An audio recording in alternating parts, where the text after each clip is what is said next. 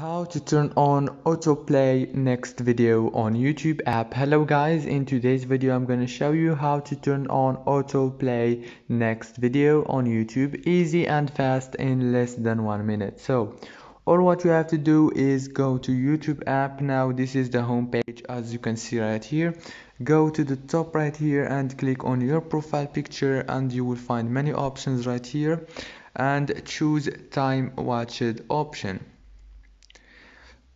Now right here, go down and you will find autoplay next video option. Turn it on, easy. And if this video was helpful, please don't forget to like and subscribe. Thank you so much for watching this video until the end. See you later, and thank you so much.